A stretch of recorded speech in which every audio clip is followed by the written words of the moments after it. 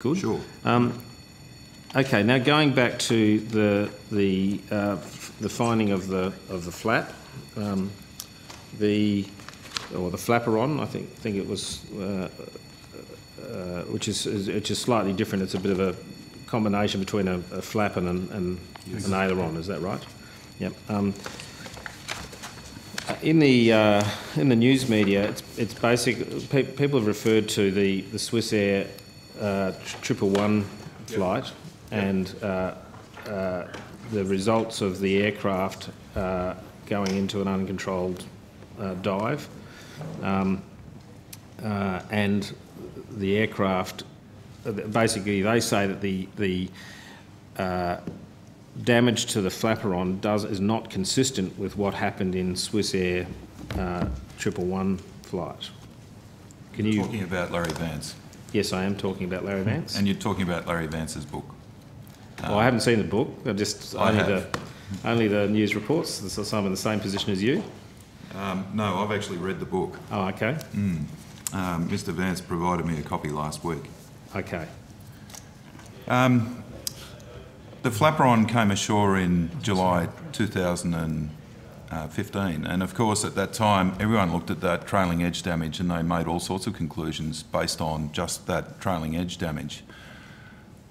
We also thought long and hard about that. We didn't have access to it. The French judiciary took it to France for analysis. One of our failure analysts went, but he wasn't allowed to actually do anything meaningful in terms of the analysis of the Flaperon. We also looked at... So there was some sort of preventative order that stopped the investigator, the accepted investigator under international law from getting access to the Flaperon? Senator Patrick Hawley, Manager Legal and Governance. The French have their own judicial inquisitorial system. Sure. So it's a little bit different to how we operate in Australia with access to evidence. So Mr. Foley's point is that the French judicial authorities took control of the Flaperon. Aren't the French signatories to the agreement in relation to... Yes, correct. Our partner agency over there, the BEA, and I'm not going to spell out BEA for you because it's a long French word. Okay. But essentially they were extremely helpful, and they had some really excellent experience on Air France 447 and finding it off the coast of Brazil. So they were extremely helpful. We had mostly pretty constructive dealings also with the judicial authorities or the council assisting that inquiry. But they were very slow. We wanted answers yesterday, I guess, and we also looked at other possible mechanisms for the damage that was evident on that Flaperon, and we couldn't conclude. There's many scenarios that will damage the Flaperon. It sits, for example, right over the top of the engine. In most crash scenarios, you're going to liberate the engines, they're going to come adrift. If you reasonably wings level, for example, and there's going to be consequential damage, and you can't conclude from a missing trailing edge on the Flaperon that it was deployed at that time. So we didn't make that conclusion. But this wasn't a wings level event in your... Well, we don't know. That's the whole point. Well, you're pretty sure before what happened. We've never speculated on the speed of the impact. What we've said was that at between 20 and 30,000 feet, when those two final transmissions occurred, the aircraft was in a high and increasing rate of descent and likely to be in a fugoid. So you can tell me that a rudder has moved slightly, and then it did a slow left turn, and then it perturbated for a while, but the modelling didn't continue to the point of impact? Yes, it did. And what did that modelling say in terms of rate of descent? The simulations, but it depends on the starting. We don't know the altitude the aircraft was at. We know what the turbulence was at different times, so we tried to simulate that. We had a couple of different starting altitudes that we go Boeing to test. We had a couple of quite a few different setups, if you like, for the setup of the aircraft, and each of those ended in a different way. Can I refer you to perhaps the final report, or indeed a presentation here I have of the spirals that we got at the end of flight, or the track plots, if you like, from those simulations? They're all different. So some of them... And one of those tracks has a wings level option in it?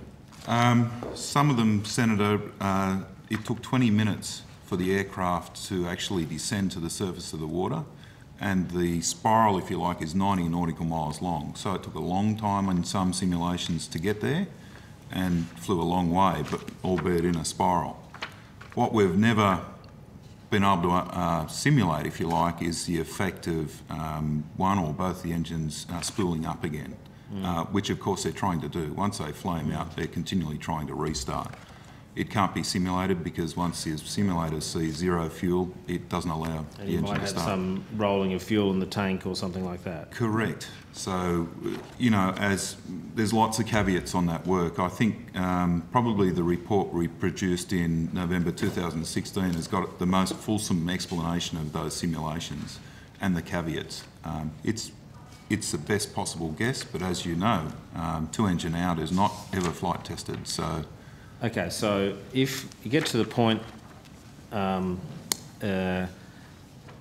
where the Flaperon has turned up and you've got conjecture about what that means, what the the analysis of the flap means, what input did you take? There were a number of pilots suggesting that they had contacted the team and provided some thoughts in relation to that. How did you... Bear in mind, Senator, we had on the search strategy working group, we had Boeing. We had access to the best possible knowledge as far as how the aircraft was flown and operated from the Boeing guys. We had pilots from the Air Accident Investigation Branch on that team, and we had pilots from ATSB also on that team advising. So we weren't. We were taking pilot input all the time. Okay, were you taking pilot input from people external to that team? We certainly listened to everything that people had to say. And so in the case of, I think the pilots were named Keane, Hardy and Bailey. Simon, I can deal with each in turn, Senator. Sure. Simon Hardy we had lots of interactions with over the course of the early part of the search, and indeed some of Simon's initial area where he was postulating the aircraft might have been controlled, someone in control to the end, but not a ditching. Was actually searched. We went a long way to the east in that search area. We went 42 miles to the east, and if you look at down track distance, because the aircraft was flying pretty much north-south, the arc actually is sort of tangential. It's perpendicular at times, but it's pretty much tangential. If you look at the actual down track distance that we searched, it was more like 70 miles. So. Yes, we certainly listened very carefully to what Simon had to say. We certainly listened, we certainly read the articles in The Australian where Byron Bailey was quoted and came out and said, well, clearly the pilot's done this, the pilot in command has hijacked his own aircraft and therefore he must have been controlling the aircraft at the end. It must be a controlled ditch. And, but it wasn't substantiated by... So working back to your analysis or your conclusion that the aircraft wasn't piloted, at what point in the flight do you say the pilot, that it became a pilot of this aircraft?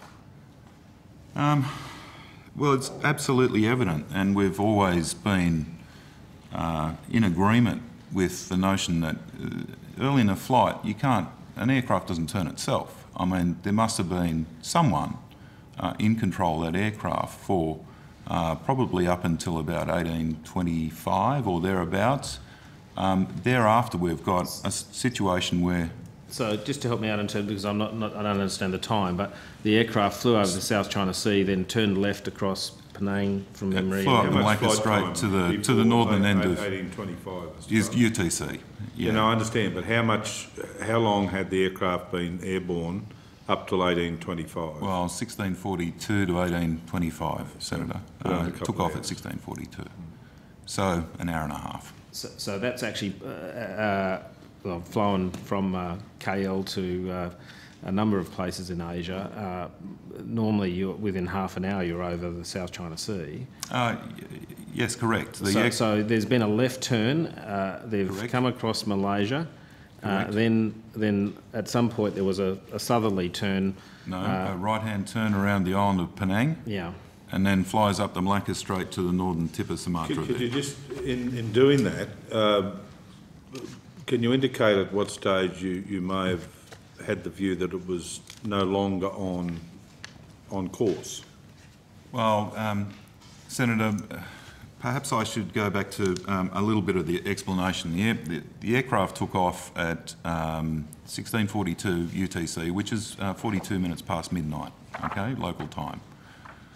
At about 17:19, the aircraft had reached top of climb and had actually signed out of Malaysian air traffic control, so out of Malaysian airspace. Shortly after, the transponders failed or were turned off, and it was lost on secondary radar, which is ATC's radar.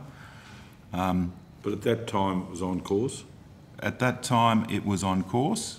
Very shortly after that, and it became evident later, that it had done pretty much a 180-degree turn and reflown back across the Malaysian peninsula, around the island of Penang and then up to the northern tip of Sumatra. And without, sorry to do this, but without any other evidence to contradict it, that had to be a control flight to do that? Yes. And we are now Absolutely. virtually flying in the opposite direction to the designated path. Yes, we are. I'm just curious, you can't explain how a pilot might do very strange things at the end of a flight, but somehow it's reasonable that the pilot did some very strange things at the start of the flight. And that is the difficulty I think a lot of commentators have, Senator. I mean, the evidence at the end of flight is that the aircraft wasn't being controlled, but certainly there was control inputs early in the flight. Bear in mind there's 6 hours it took from that turn at the tip of Sumatra to get to the southern Indian Ocean where it's most likely to be.